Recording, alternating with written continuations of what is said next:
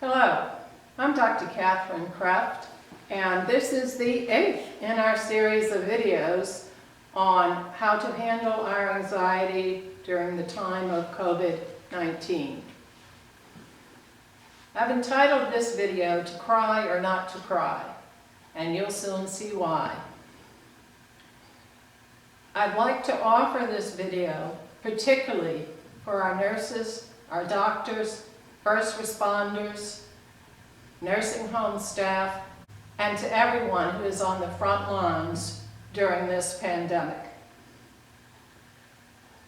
The type of emotions that are coming up because of this pandemic are so intense, so extreme, that it is very difficult for everyone to handle. Those who are working 12 and 16-hour shifts are finding it particularly difficult to deal with the level of intensity that we're going through. Of course it's difficult because we have no instruction about how to handle something that rises to this level of emotional intensity. We've all had times of great emotional outburst, but they lasted, I hope, a day, a week, a month, perhaps somewhat longer, and we got through it. This is different. This is the same level of intensity for our first responders and medical people, day after day after day after day. And from stories I'm hearing, there are all kinds of levels of coping with this intense emotional time. So if you're working 12 to 16-hour shifts, the usual and ordinary things you may have heard about for stress management are probably not going to cut it for you at this time. If you are exhausted after a 12 to 16-hour shift, I doubt you're going to go home and meditate for a half an hour, or do yoga for a half an hour, or diligently practice all of the other techniques that have been taught for decades now about how to handle your stress. We need something new, something more direct, something more visceral, and indeed, something more natural to us human beings. So I'm going to talk in this video about the 3 things that we already have or are doing that we can take and turn into tools to help ourselves during this very difficult time. And the first one of those tools is our thinking, our self-talk. I've already talked about this in past videos. Even if you are working 8-hour shifts that are exceedingly difficult, or double shifts, 16-hour shifts, you're going to have to look at yourself at how you're thinking and what you're thinking. Here is where understanding what self-talk is really comes into play as an aid that we can use to help ourselves. Find your negative self-talk, and as you are working, flip that around into something positive, whatever it is. Even if it's something as simple as telling yourself, I can do this, I can do this, I must do this, I can do this. Focus on the positive self-talk so that you don't allow fear-provoking self-talk, or for that matter, anger-provoking self-talk, to grab a hold of you and create that emotional, that visceral emotional response inside of yourself that is going to make your work enormously more difficult at that time. The first thing I want to suggest in terms of helping yourself with that self-talk is to really take a look at the difference in the source of your stressors.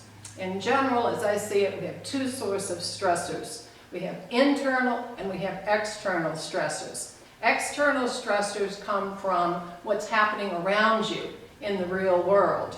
Internal stressors come from your self-talk that creates your emotions inside of you. The response to the external stressor is to stop and think, look at your self-talk. If your self-talk is nothing but complaining, why is this happening, that shouldn't be happening, flip your self-talk into, what can I do? What can I do about this? How can I help? What positive action can I take? The response to a stressor that is coming from the physical world, from outside of you, is to think about what you can do to alter that stressor in some positive way, whether large or small. Now, when the stressor is coming from inside of you, because you're thinking fear-based thinking, and so you have the emotion of fear inside of yourself, that is a cue for you to say to yourself, stop it, stop that fear-based thinking. What can I tell myself instead? What positive self-talk can I tell myself? I can do it, I can do it, I have to do this, I am doing this, I'm okay, I'll get through this, I will do the best I can. Those are all examples of positive self-talk that can be used instead of hearing yourself say in your head, oh my God, oh my God, oh my God, over and over, and any other fear-based self-talk. So there's the first thing that we are doing anyway, namely we are thinking anyway. We have self-talk going through our head anyway. So the first thing we can do is pay attention to that self-talk, notice the fear-based self-talk, and flip it around into something positive for yourself. The second and third thing that we can do for ourselves, I'm putting together in this video. Because the second thing is taking a shower. And the third thing is crying. Yes, you'll see, continue to watch the video, how I'm putting those together. It has hurt me when I've heard nurses say, I'm crying in my car on the way home. Please don't do that.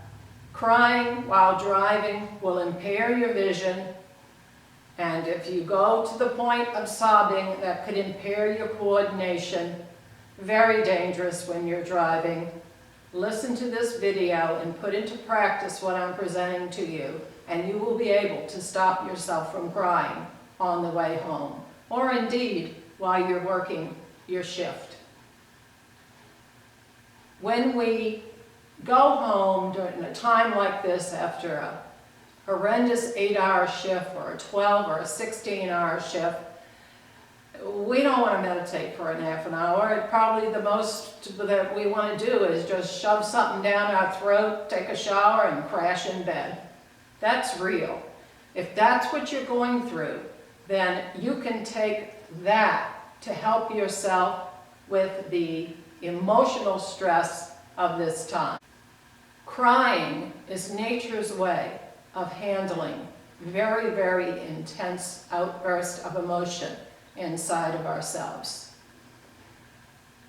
It is during a time like this, when the emotions are so intense, that we begin to understand the price that we human beings pay for our collective beliefs about crying. Most people who are alive today have been raised with some type of message of, don't cry, don't cry, don't cry. Probably the worst version that many of us do remember is, you keep crying and I'll give you something to cry about. We have been given extremely strong messages which we have internalized. Don't cry, don't cry. So what's happening to many people today is fear-based thinking is rattling around. Think of it like this, neuroscientist, I know this is not going to be biologically accurate, but as a metaphor, think of it this way. All this fear-based thinking is rattling around in our frontal cortex, pushing against our eyeballs, and it wants to come out here. Here's where the tear ducts are. It wants to come out. And we're resisting it because we have this strong command inside of our heads that says, don't cry, don't cry. And this is making this time of intense emotion even more difficult for us. This gift that nature has given us, we don't use. We deny it to ourselves. Crying is nature's release valve for intense emotion. I want to read you something I read just recently that really underscores how collectively bad we are when it comes to understanding the nature and function of crying. Listen to this. Some recent research, the abstract of the research article says, research is only just beginning to uncover the neurobiologic underpinnings of human emotional crying. What year do you think that was written in? Seriously, all you doctors, nurses, neuroscientists out there, everybody, take a guess in your head right now. Pick a year. When do you think that was written? Got an answer? Got a year? That was written in 2018. Think of it. We're just beginning in 2018 to understand ourselves, the nature and function of crying, something the physical body, at least once upon a time, did naturally. We're just beginning to understand. So in a time of pandemic, no wonder it's so hard on us. Not only are we doing something totally new in that we're going through a pandemic and we've never been through anything like this before, and doing things like social isolation that we've never done before. That's all new and difficult enough. But on top of that, the tool, the release valve that nature has given us to deal with really, really intense emotion, oh no, we can't do that. We're denying ourselves that. And so we are unnecessarily making this time even harder on ourselves.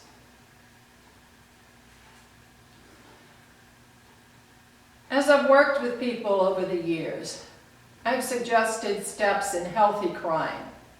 And we're going to put these up on the screen from time to time during this video so you can see.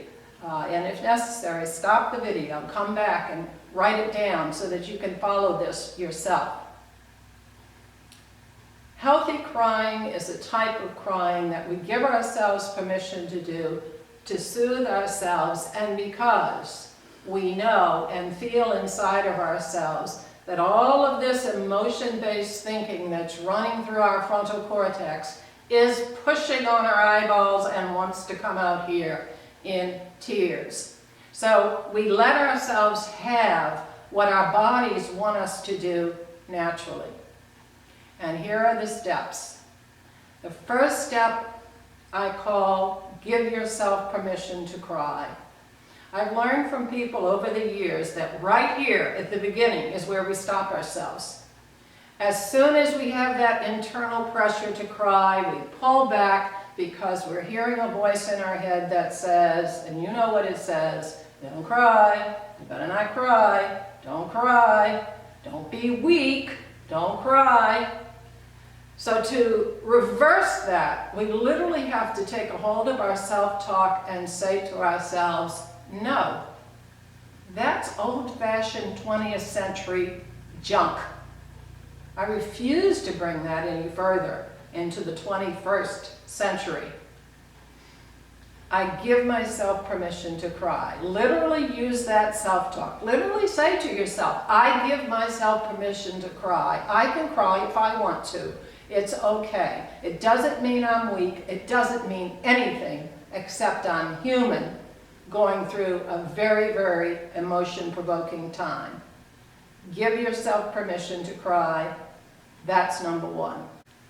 Now, number two, as you do this, be aware of some cautions. If you have children in your home and you're going to be crying in the shower, make sure that your children are not sitting on the floor in the hallway outside of the shower.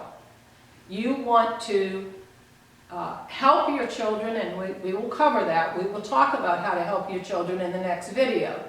But right now we're just talking about you learning how to do self-soothing crying for yourself. So be sure your children are not around. Hearing their adults sob is very frightening to children, and that's why we don't do it in front of children.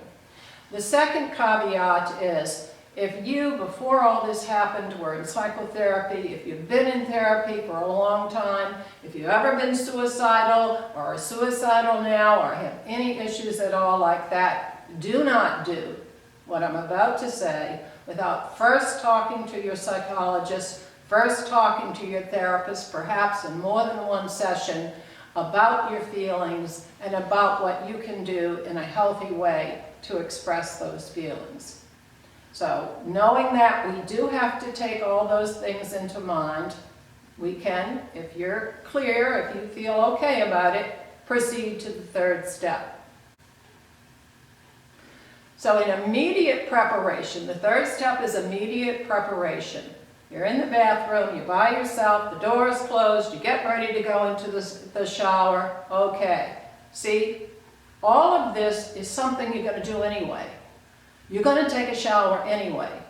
So to teach yourself how to handle self-soothing emotional crying, you connect that to something you're doing anyway, which is taking a shower. So as you're getting ready to get in the shower, that's the time to purposely start thinking all of your fear-based thoughts, all of your emotion-based thoughts that you may have pushed away all day, all during your 12-hour shift, your 16-hour shift, whatever it is, just let it come up. Then the next step, you get in the shower and you stand with your back to the shower. This is important because the flow of the water, both the warmth of the water and the physical tactile sensation of the water beating on your skin will help you to relax. We don't realize it, but many times when we're holding emotion in, we're holding it in our upper body. It can literally create an actual pain in our shoulder blades and a pain up into our neck. So when you're in the shower, at first, you stand with your back to the shower and you tell yourself again, I give myself permission to cry. I can cry if I want to. Go ahead, think of all of your fear-based and other negative thoughts at that time and cry if you want to. Now, do know that many people, even going this far, are still not going to cry. The brain is a powerful instrument. It is a powerful learning machine. And it does what we tell it. And if you are one of the people who has been telling yourself since you're 6 years old, or 8 years old, or 10 years old, don't cry, don't cry, don't cry, don't cry, if you've been telling that to yourself, your brain has gotten the message. It's in there. And so when you try to flip on yourself and tell yourself something different, it's okay to cry, that old voice is still up there in your head saying, oh no it's not, oh no it's not, don't you dare cry. That's okay. This is just part of the process. Accept that it is going to take some time for you. You're saying to yourself, I can cry if I want to, and maybe today I don't want to, and that's okay. But I am moving beyond the old self-talk to a place where I'm going to say, I will be the one to decide if I cry or not. Not those ancient voices in my head. I will decide, and if I want to cry, I will cry. Keep doing this, and the day will come that you will start to cry. Keep your back to the shower. You can wash yourself as you're crying. And as you release the intense emotion that is already inside of you, and may have been inside of you for hours, days, for that matter, months, years, release that intense emotion. You can tell yourself some positive self-talk like, as I wash my tears away.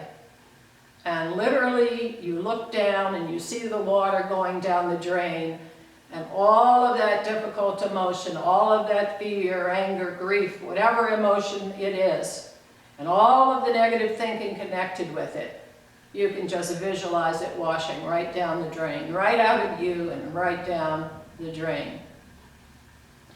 Now, I recommend crying in the shower like this because at some point it is going to occur to you that you are turning into a prune.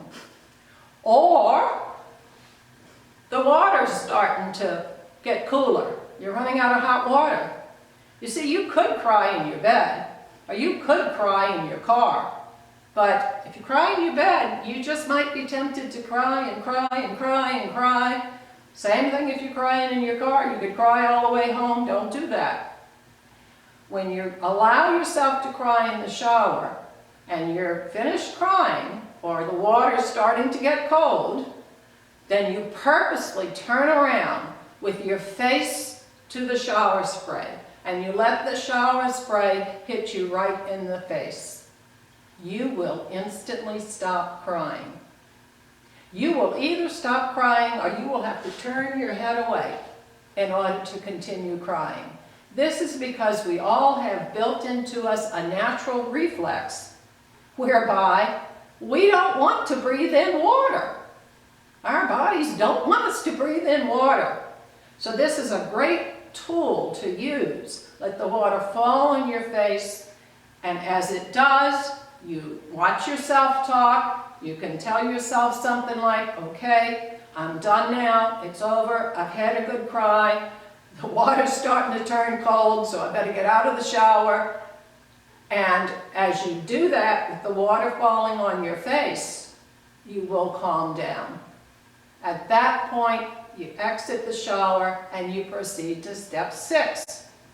And step 6 is not only for right after you get out of the shower, it's for all the following hours and the next day and all the way up to the next time you're in the shower. Because part of learning to cry in a healthy way is learning to convince yourself, I can stop crying. Yes, it's true.